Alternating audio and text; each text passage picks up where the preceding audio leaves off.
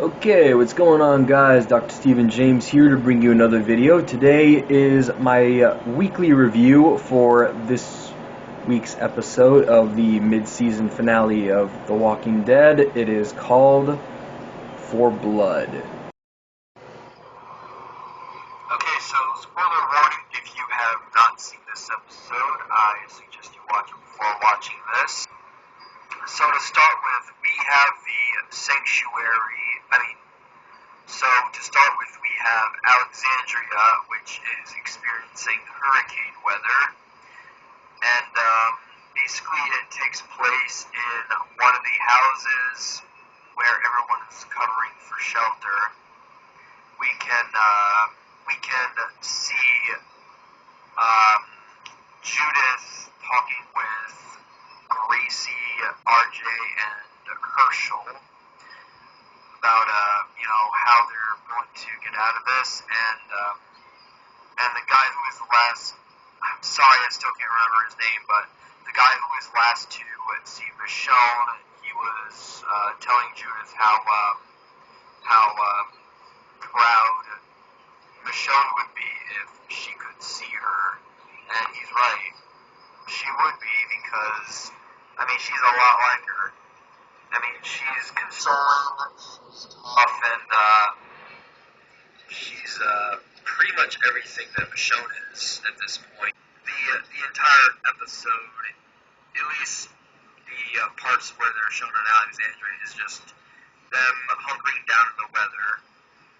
And, basically, the weather blows the door open, and so the horde is flooding in, no pun intended.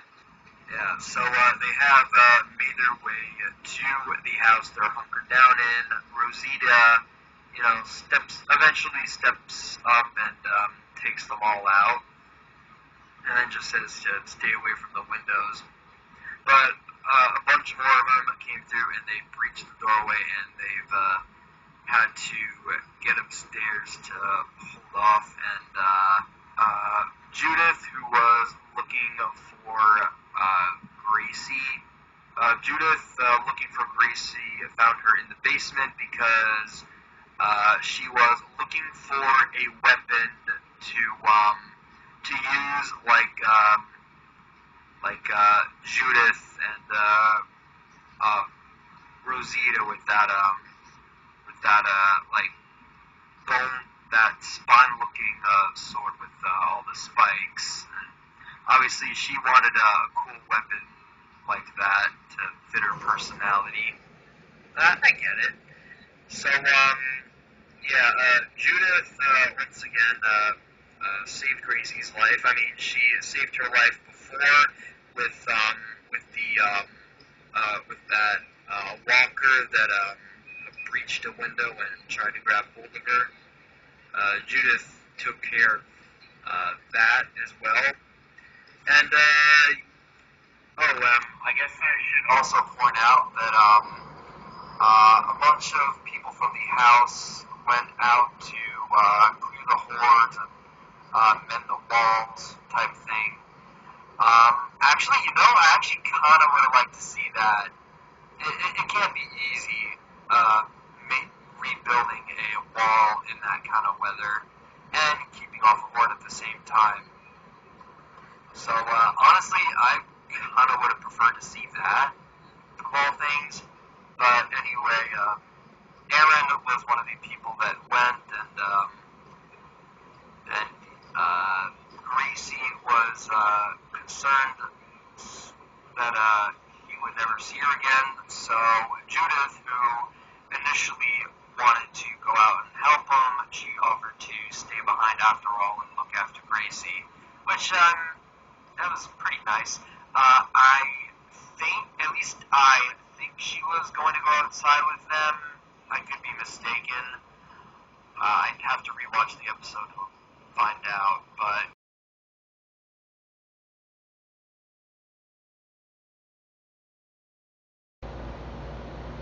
So, moving on to the most interesting parts of the episode, we have the Pope's Sanctuary, where Daryl is, and Negan, Maggie, Elijah, and Gabriel are looking to infiltrate. They are now currently on their doorstep.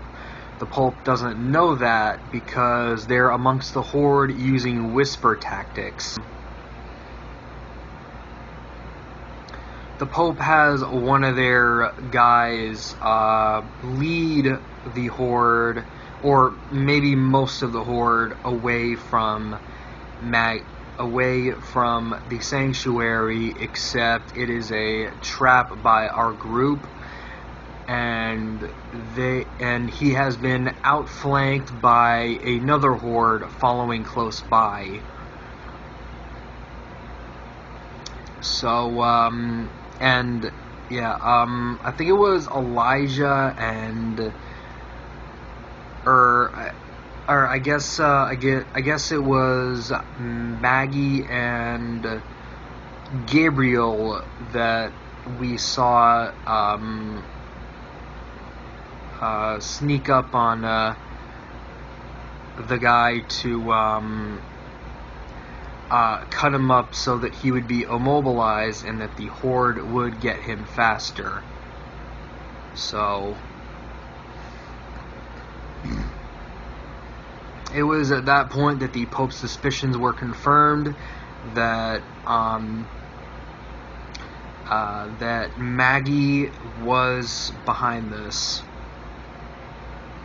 or at least that he took out the guy. I don't think he suspects that she's the one directing the Horde. By the way, bizarrely, there is no storm at all where they are. So they must be pretty far up north. So, I mean, it's a little weird, but whatever. Eventually, Maggie hops into a truck and rams the gate, which I thought made things really cool. But, Negan and Elijah were the ones rallying up the Horde at the front gate through a landmine field, which got pretty intense. I mean, when one of the mines blew up, some of the shrapnel, I guess, bounced onto Negan and or Elijah's limbs, but they couldn't. They weren't allowing themselves to break character. Otherwise, they'd be eaten up by the Horde. So, that got pretty scary for a moment. Thought they were about to blow their cover for a sec. But Daryl was, I mean, and basically, the Pope has, I'm gonna call them cluster missiles to fire at the Horde and everyone in it, including their own people, which complicated Daryl's undercover work, and so he came clean to Leah that his people were out there, his real people, his family. So, Leah, in an interesting turn of events, kills the Pope, which I thought was a plot twist and a half, because I did not think she was going to be the one to do it. But as she is telling everyone that Daryl is actually the one to bring him down. So Leah is not accepting the invitation to join Daryl's family. She prefers to stay with the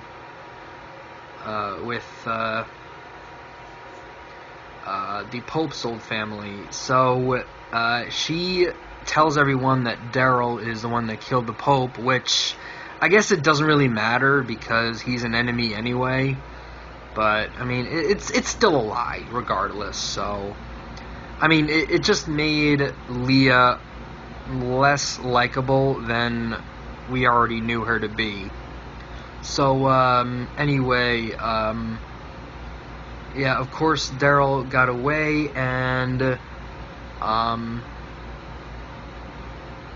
Maggie, and, after pulling, the forces back, Leah went to aim the cluster missiles at the Horde and Daryl's family in the Horde. I am talking about Maggie and Negan, who were in the front lines and not really sure where Gabriel and Elijah were. Probably close by, I'm sure. But yeah, just as those credits started rolling,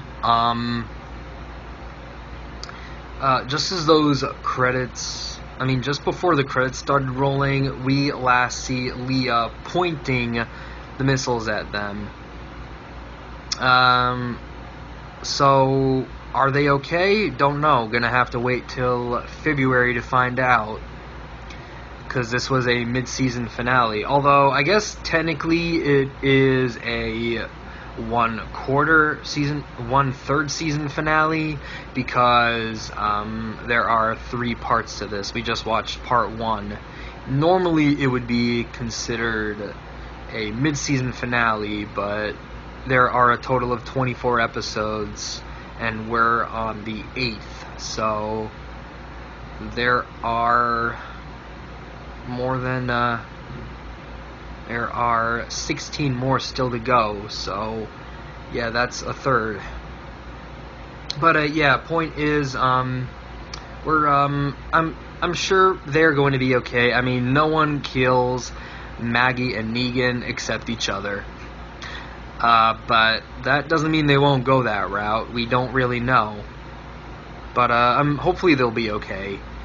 Because man, don't you just hate when they do this kind of thing in certain episodes? It's kind of annoying, but I get it. You know, gets people hyped for the next episode. And anyway, if I were to rate this episode, I'd give it a 9. Or I'm sorry, I was going to give it a 9.6, but I just don't know. I mean, there were some great moments in there, but again, the whole thing kind of felt, I guess maybe not filler, but none of it was anything we've seen before. I mean, we have seen repeatedly our group fighting in a storm. We have seen whisper tactics being used. We have seen undercover agents be used. So, again, nothing really interesting happened, but that doesn't mean it wasn't still awesome. There weren't still some awesome parts there. So, I'm going to give it a 9.5 out of 10 instead. I think that's fair. So, by the way, I'm sorry this upload's coming pretty late. It's been a crazy week. This is my first day off since Sunday, so I haven't really had much time to edit or make videos, but hopefully this video will be uploaded by the end of this weekend. I'm hoping. I mean, heck, I might not stop until I'm done editing today, because these kinds of videos don't really take that long to edit. I can usually get it done in a day. Of course, I kind of got a bit sidetracked because I had to reshoot this final clip. So anyway, hope you enjoyed. If you did, be sure to leave a like, subscribe, turn on post notifications, and I will see you in the next one. As always, it's Dr. Stephen James saying peace. Later, guys. See you soon. You can like, you can subscribe. Hell, you're all gonna be doing that.